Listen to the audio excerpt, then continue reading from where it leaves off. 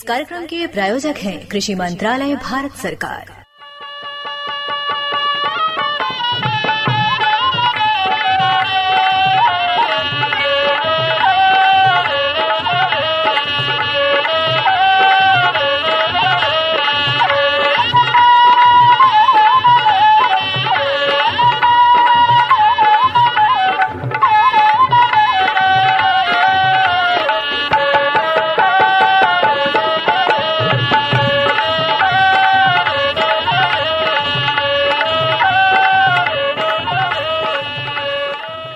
भैया बोला जय जवान जय किसान। चलो भैया, फिर एक बार हम लोग अपने किसान वाणी कार्यक्रम में जुट गए लीजा।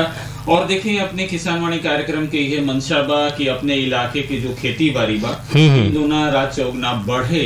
वैज्ञानिक लोगन के जो खोज बा, शोध बा, वो हम अपने खेती बाड़ी में अमल में ले आए। बिल्कुल, और एक साथ साथ जो देश दुनिया में खेती बाड़ी कैसे हो रहा बा उके भी हम अपने खेती बाड़ी में अपनाई जाएंगे। देखिए, आपन जो इलाका बा जंगल पहाड़ के इलाका बा, आधारित खेती बा, बड़ा ही मेहनत करे पड़ेला और तब जा करके अपन खेती आगे बढ़ाला। बिल्कुल, बिना तकनीक के भैया देखा बिना कोनो चीज संभव नहीं बा।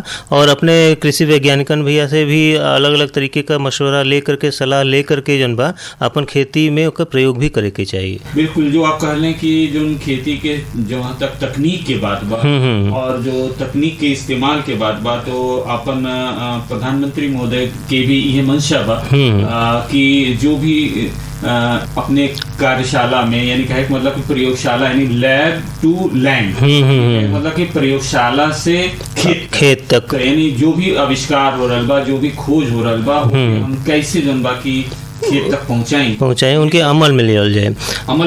तो देखिए, ये सब बात के लेकर के देखिए विकसित कृषि संकल्प अभियान 2025 चलावल जा रहा बा, जेकी की शुरुआत आज के दिन हो गई। और अपने जनपद में भी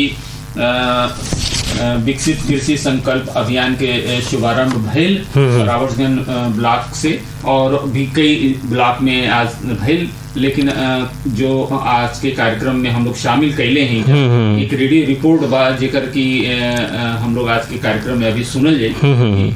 और ये कार्यक्रम की मंशा भी बा कि जो भी वैज्ञानिक लोग हुआ, जो भी जानकार लोग हुआ, जो भी अनुभवी किसान भाई लोग हुआ, जो वैज्ञानिक लोग किसान भाई तक पहुंचे, किसान भाई लोगन के जो भी समस्या बा और खरीफ अभियान कैसे बढ़िया ढंग से बढ़े। तो हम तो कहा कि बिना कोनो देर कैले जनपद सोनभद्र में विकसित कृषि संकल्प अभियान के जो शुभारंभ भइल, एक रेडियो रिपोर्ट बा सुनल जाए। प्रस्तुत है जनपद सोनभद्र में कृषि एवं किसान कल्याण मंत्रालय द्वारा 29 मई से 12 जून 2025 तक प्री खरीफ सीजन के दौरान विकसित कृषि संकल्प अभियान के शुभारंभ की रेडियो रिपोर्ट।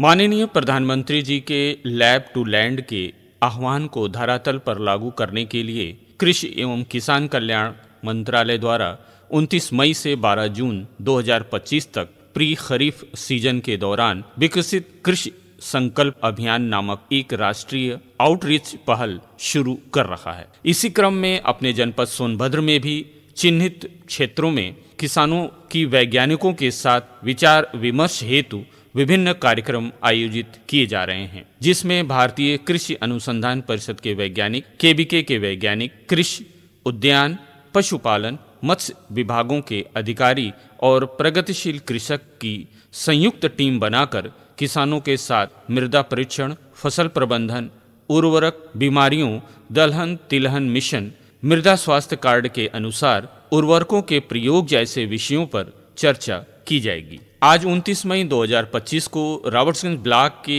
ग्राम पंचायत लसड़ा में एक गोष्ठी का आयोजन किया गया, जिसमें भारतीय सब्जी अनुसंधान संस्थान वाराणसी, केबीके सोनभद्र के वैज्ञानिकों और कृषि विभाग के अधिकारियों के साथ ही सम्मानित किसान भाई उपस्थित थे। गोष्ठी को संबोधित करते हुए जिला कृषि अधिकारी सोनभद्र डॉक्टर हरिकृष्ण मिश्र ने विकसित कृषि संकल्प अभियान के उद्देश्यों पर प्रकाश डाला। अब सरकार की जो अप्रोच है कि पहले तो हम लोग अपनी गोष्ठियां करते थे, हम लोग आते थे, वैज्ञानिकों को भी साथ लाते थे, लेकिन अब सरकार की ये अप्रोच है कि बहुत सारे वैज्ञानिक आपके बीच में जाएंगे, बहुत सारी संस्थाओं के वैज्ञानिक आपके बीच में जाएंगे और जो आपकी जिज्ञासाएं होंगी उन जिज्ञासाओं का वो लोग जो भी उचित उत्तर होगा उसको देंगे और कृषि से संबंधित जो भी समस्याएं आपकी हैं उनका समाधान होगा।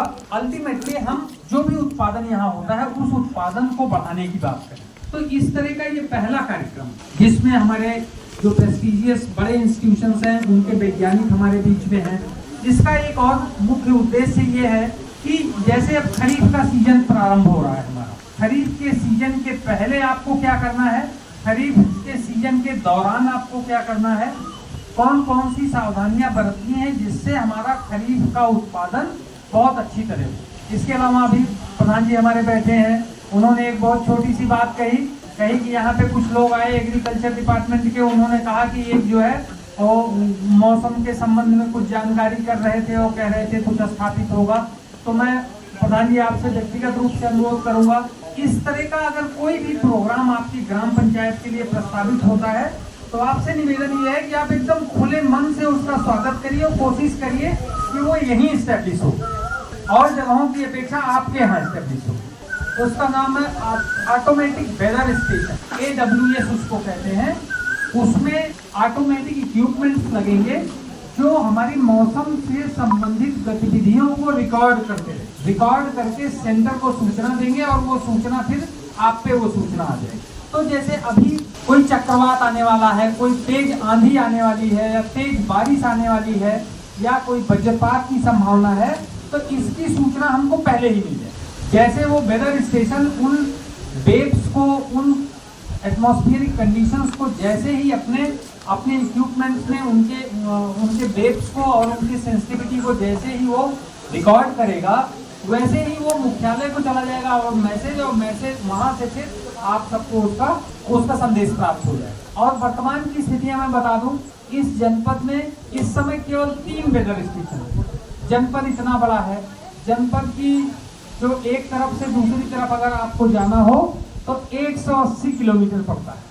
तब 180 किलोमीटर में 3 वेदर स्टेशन बहुत कम है।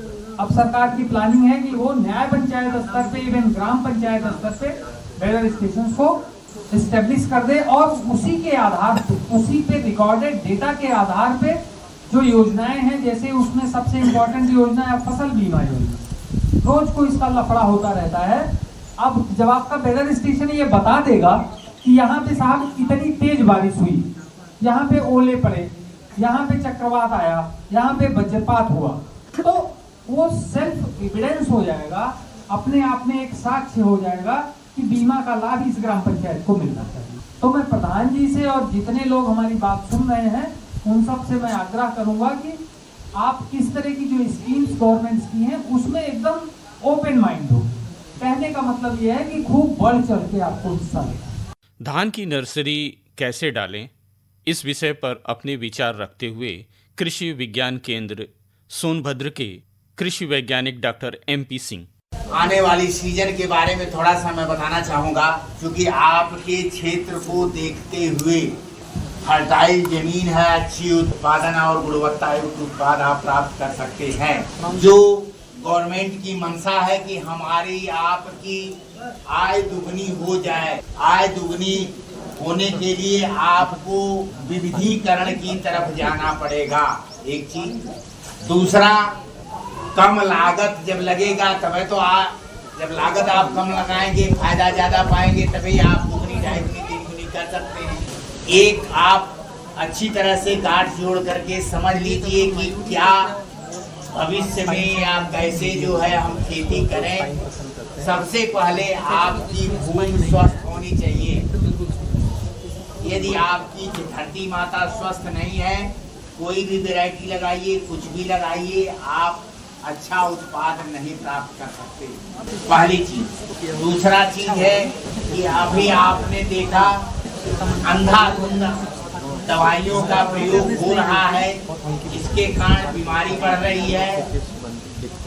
उस पर आपको कभी भी मैं ये नहीं चाहूँगा कि आपको सिस्टमिक इंसेक्टिसाइड का जो आप प्रयोग कर रहे हैं, उस सिस्टमिक इंसेक्टिसाइड का प्रयोग बहुत कम करिए और लंबी फसल को करिए। जैसे बहुत सी दवाएं हैं, फ्यूराडान, ये सब तमाम बंद हो चुकी हैं। इनके स्थान पर आप रीजेंट का प्रयोग करिए तो ज्यादा फायदा रहेगा। दूसरी चीज आपको मैं ये बताना चाहूँगा, आप खेती करें कैसे। जैसे धान की आप खेती करना चाहते हैं, हमारे कथनानुसार आप खेती जैसे कर रहे हैं, आपको मैं ये बताना चाहूँगा 5-6 चीजें धान के लिए। जैसे धान की खेती 5-6 तरह से करते हैं। छिटकवा विधि, अभी ड्रम सीडर से बुआई कर लेते हैं, उसके लिए रोपाई करते हैं बेरन डाल करके। तीसरा विधि सिस्टम ऑफ राइस धान की सघनीकृत प्रणाली से करते हैं, उसकी विधि। और इधर आपके यहाँ तो नहीं है, हमारे तरफ क्योंकि हम भी किसान हैं, संडा विधि का प्रयोग करते हैं। जहाँ पानी लगने की संभावना है उन स्थानों पर आप कुछ नहीं करते हैं। जीरो टीलेज से आप जब सिंचाई आपका हल्का, आपके खेत में नमी है, जानते हैं कि यहाँ पानी लग सकता है, आप हल्की नमी पर जीरो टिल विधि से आप धान की बुआई कर दीजिए। अब उसमें थोड़ा सा कैलिब्रेशन, जो जीरो टिल मशीन है उसका कैलिब्रेशन सेट करना पड़ेगा कि बीज कम गिरे। आप कर देंगे, फिर नमी, बरसात होगी, नमी होगा, पौधा आगे बढ़ता जाएगा, फिर बरसात होती रहेगी। जल लहरी, जल मंगल, तमाम हमारे यूनिवर्सिटी की प्रजातियां हैं, आप उसको कर देते हैं तो आप ये देखेंगे कि पानी भले आता रहेगा, आपका धान पैदावार अच्छी तरह से पैदावार ले सकता है। इस तरह से धान की खेती आपको मैंने 5-6 तरह से जो बताया, इस तरह से आप कर सकते हैं। दूसरी, अब उसको कैसे करें, जैसे सर ने बताया कि बीज शोधन कर लीजिए। बिना बीज शोधन किए हुए कोई भी सब्जी हो, चाहे धान हो, चाहे दलहन हो, तिलहन हो, बीज शोधन आप कर लेंगे तो आपको बीमारियों से निजात पा जाएंगे। दूसरा, आप अच्छी तरह से खेत की तैयारी कर करके आप बेरन डालिए। खेत की तैयारी कर करके बेरन डालते हैं तो बेरन का हिसाब जो है 10 से 12% पर रखते हैं। अब आ गई है जो कि भाई पौधा आपका स्वस्थ रहेगा तो ज्यादा अच्छा रहेगा। 12 एकड़ में 15 एकड़ में लगाना है तो 1 एकड़ में कम से कम बेरन रहेगा तो दूर दूर रहेगा, आपका बेरन मजबूत रहेगा। दूसरा, यदि आप रोपाई जो 21-22 दिन की बात करते हैं, जितना पहले रोपाई कर देते हैं वो आपके लिए ज्यादा फायदा रहेगा। 5वां, आपको मैं ये बताना चाहूँगा कि उसकी गहराई आप, क्योंकि पौधा आपका छोटा रहेगा इसलिए कम गहराई में ही आप डालिए तो कल्ले ज्यादा निकलेंगे। 6वां, आपको मैं ये बताना चाहूँगा कि जो भी फर्टिलाइजर आप दे रहे हैं वो फर्टिलाइजर को पानी के सुविधा के अनुसार, समय के अनुसार, वैरायटी के अनुसार आप 4-5 भागों में बांट करके दीजिए तो ज्यादा फायदा करेगा। इस तरह से आप धान की खेती करिए। धान की नर्सरी में आने वाली समस्याओं का समाधान कैसे करें और इसके साथ ही साथ जनपद में सब्जी उत्पादन को प्रोत्साहित करते हुए भारतीय सब्जी अनुसंधान संस्थान वाराणसी के डॉक्टर सुदर्शन मौर्य। सबसे पहले देखिए कि यह जो कार्यक्रम हम लोग यहाँ पे आपके परिसर में ऑर्गेनाइज कर रहे हैं, इसके पीछे मकसद है कि खरीफ की क्या प्लानिंग होनी चाहिए। खरीफ का सीजन अभी स्टार्ट होने वाला है। आप धान की नर्सरी के लिए जाएंगे। धान की खेती इस एरिया में बड़े पैमाने पर होती है, तो धान की खेती कैसे स्टार्ट होती है आप जानते हो, नर्सरी से स्टार्ट होती है। तो हम नर्सरी से स्टार्ट करते हैं। आप जानते हैं बहुत सारे हमारे किसान भाई हैं, हमारे पास रेगुलर जो है हमें कॉल मिलते हैं कि साहब हमने नर्सरी तो डाला, धान की नर्सरी डाली, लेकिन पौधा जो है छोटा छोटा है नर्सरी में, लेकिन वो घबरा गया, यानी पीला और हरा होकर के मिक्स दिखाई दे रहा है। ये ऐसा क्यों होता है, कभी आपने रियलाइज किया है? इसके पीछे जो होता है पोषक तत्वों का खेल है। यानी आप जब भी नर्सरी डालें आप देखेंगे पौधे में सल्फर की कमी और जिंक की कमी बहुतायत देखी जाती है। तो जब धान की नर्सरी डालें, आप ये मान के चलिए कि 10 केजी बीज का नर्सरी डाल रहे हैं कहीं भी, तो उसमें 1 केजी जिंक सल्फेट चाहिए। 1 केजी क्या चाहिए? Zinc sulphate. अब जैसे नर्सरी आप डाल रहे हो 1.5 बिस्से में या 2 बिस्से में आपका 10 से 12 केजी का नर्सरी पड़ जाता है। और उस खेत में जिंक सल्फेट ले लीजिए 1 केजी, उसको जितना आप जिंक सल्फेट हो उतना ही बालू आप मिला दीजिए, उसके साथ मिक्स करके खेत में फैला दीजिए। इसके बाद ही नर्सरी डालें।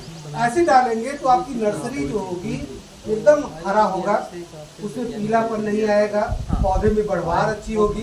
कभी कभी ये भी देखा जाता है कि हमारे किसान भाई बोलते हैं कि सर नर्सरी तो डाले लेकिन पौधा ही नहीं बढ़ रहा है, पौधा ही नहीं बढ़ रहा है। उस केस में वहाँ पे जैसे ऐसे किसानों खेत में जहाँ पे नर्सरी डालते हैं पौधा नहीं बढ़ रहा है, इसका मतलब वहाँ पे नेमेटोड की प्रॉब्लम है। नेमेटोड जो होता है सूक्ष्म, एक तरह से कहिए कि वो नेमेटोड जो केंचुआ परिवार होता है उसी परिवार से बिलोंग करता है, लेकिन वो पैरासिटिक होते हैं, यानी बीमारी पैदा करते हैं, पौधे की बर्बाद को रोकते हैं। तो उसके लिए भी जो है जब आप खेत में नर्सरी डालें तो फ्यूराडान का नाम आपने सुना होगा, कार्बोफ्यूरान 3G के नाम से आता है, ठीक है, कार्बोफ्यूरान 3G।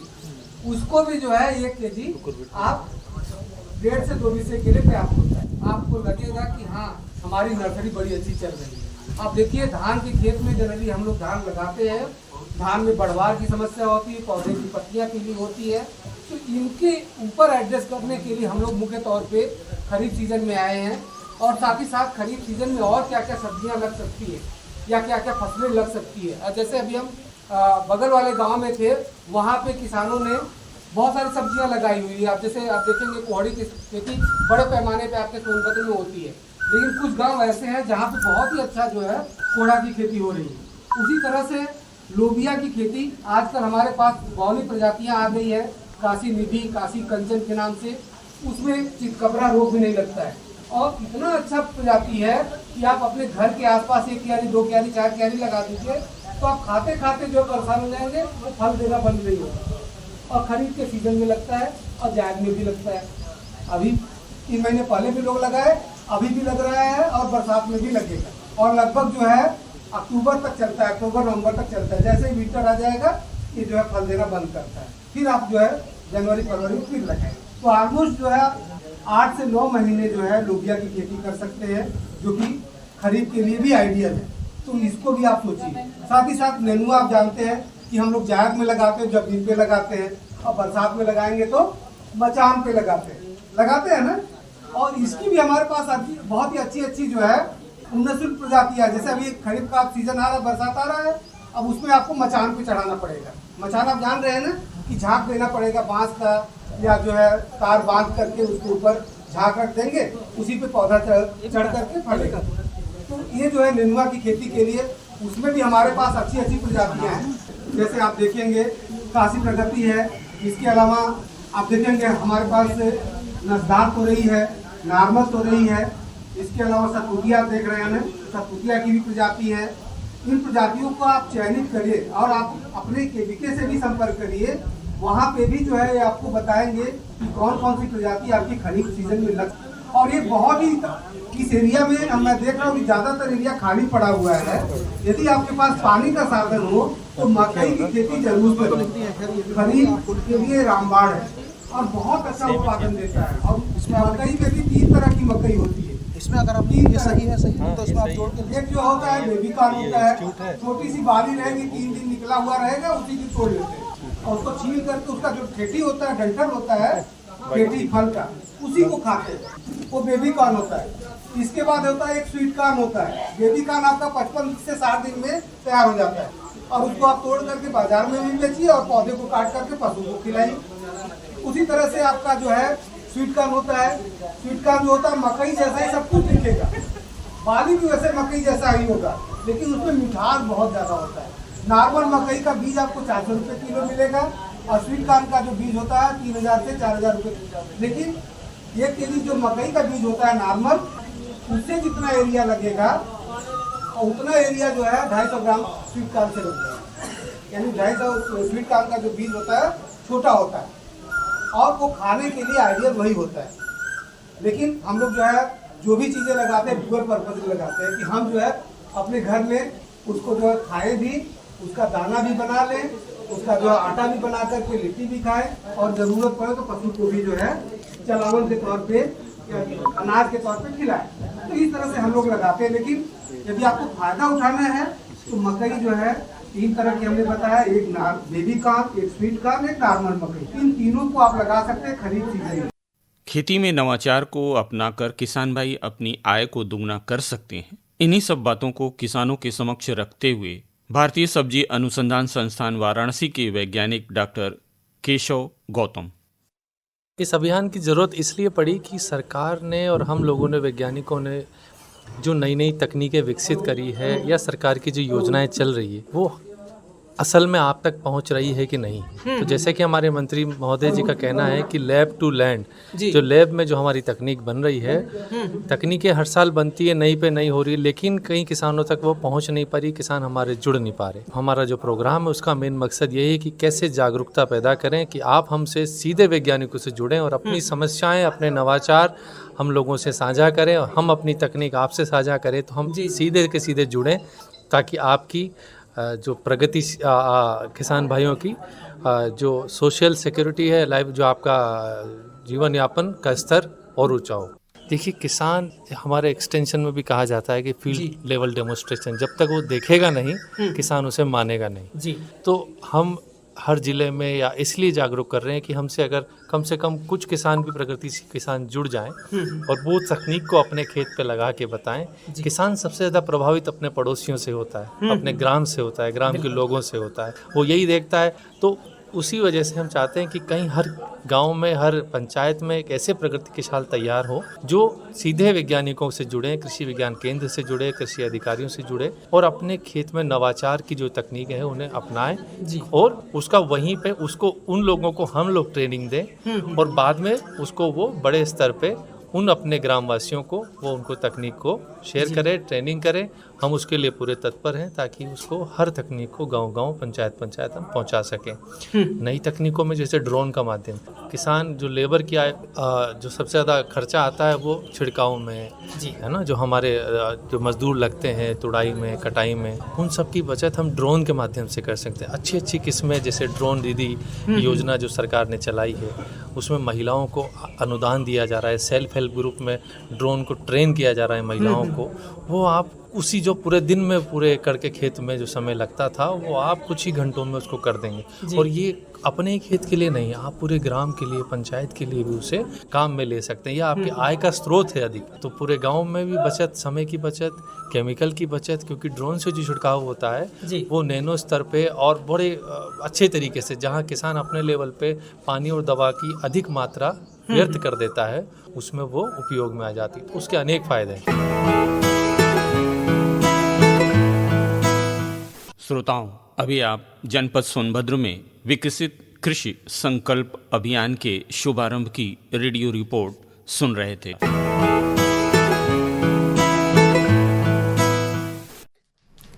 मुन्ना भैया, देखा कितना अच्छा रेडियो रिपोर्ट रहल जनपद सोनभद्र में विकसित कृषि संकल्प अभियान के शुभारंभ का, और बहुत अच्छा जानकारी भी मिलल। और ओकर मूल उद्देश्य यह रहल कि कैसे अपने खेती का लागत कम करके जन बा उत्पादन से ज़्यादा बढ़ावल जाए। बिल्कुल, और जो विशेषज्ञ लोग हुआ वो गाँव तक पहुँचत हुआ, किसान भाई लोगों से सीधे बातचीत हो रहा बा। किसान भाई लोगों के जो भी अगर कोई मन में शंका बातों के भी समाधान उनके खेत के मिलकर ही हो जाए। तो अब थोड़ा सा अपने कार्यक्रम के आगे बढ़ावा आप करावा एक मन फिर, लेकिन हमके लगा था कहीं के बाजार भाव अपने हाथ में। तो बाजार भाव मधुपुर मंडी का बा और पुनर्वासी चौहान भैया भेजले हुए। तो देखा सफ़ेद लाल आलू जन रहल 1600 रुपया कुंटल, सफ़ेद आलू 1500 रुपया, प्याज 900, टमाटर 700, नेनुआ 1100 रुपया, कोहड़ा 800 रुपया, कुंदरू 2000 रुपया। ये सब कुंतल में बा भैया। लंबा वाला बैगन 1800 रुपया, गोल बैगन 2500 रुपया, परवल 5000 रुपया, लौकी 1100 रुपया, करेला 1500 रुपया, भिंडी 1000, बोड़ा 1200, मूली 2000, लहसुन 8000, धनिया 3500 रुपया कुंटल, हरी मिर्च 2500 रुपया, अदरक 6000 रुपया, कटहल 1500 रुपया, पालक 1000 रुपया, चौराई 800 रुपया, गाजर 1500 रुपया, खीरा 2000 रुपया, ककड़ी 1800 रुपया, तरबूज 1000 रुपया, चुकंदर 1500 रुपया, पपीता 1300 रुपया, फूल गोभी 1800 रुपये प्रति सैकड़ा, पत्ता गोभी 1000 ₹1000 प्रति सैकड़ा और नींबू जौन रहल वो ₹300 प्रति सैकड़ा रहल। ये रहल मधुपुर तरकारी मंडी के थोक बाजार भाव। और अब एक मनसाइन ज्योति श्रीवास्तव के गावल किसानी गीत से बिल्कुल सुनल जाए।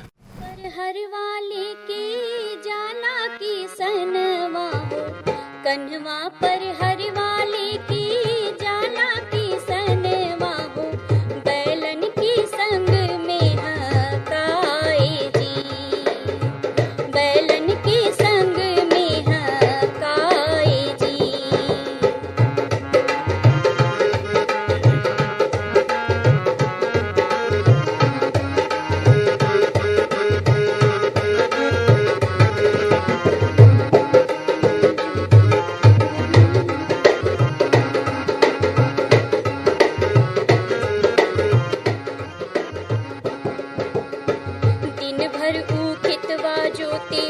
गर्मी और धूपवा में देह के पसीनवा बहाए जी।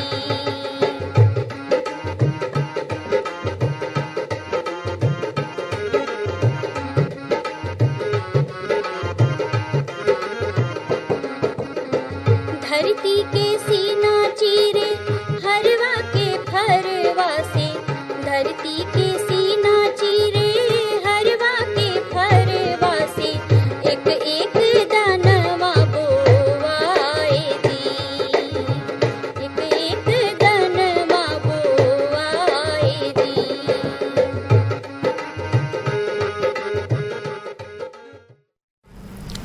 मुन्ना भैया देखिए, आप ने ज्योति श्रीवास्तव और किसानी गीत सुनाओ थे। देखिए मनसाइन तो भैल, और अभी हम लोग अपन जानत रह जा कि कैसे कैसे अपने खेती, अपने जनपद की खेती कैसे बढ़े, और कोशिश ये कल जा रहा बा कि जो वैज्ञानिक लोग हों वो लोगन के राय मशविरा, जो वैज्ञानिक खोज बा वो भी हम लोगों के खेत के मेड़ तक पहुँचे। और तो सही आगे भी हम लोग अपने जनपद में जहाँ जहाँ गोष्ठी हुई, खास करके विकसित कृषि संकल्प अभियान के तहत ओके अपने कार्यक्रम के माध्यम से अपने किसान भाई लोग तो पहुंचाने के प्रयास कल जाए। लेकिन अब अपने कार्यक्रम के वक्त समेटे वाला हो गए ना, तो चलल जाए। तो भैया बोला जय जवान जय किसान।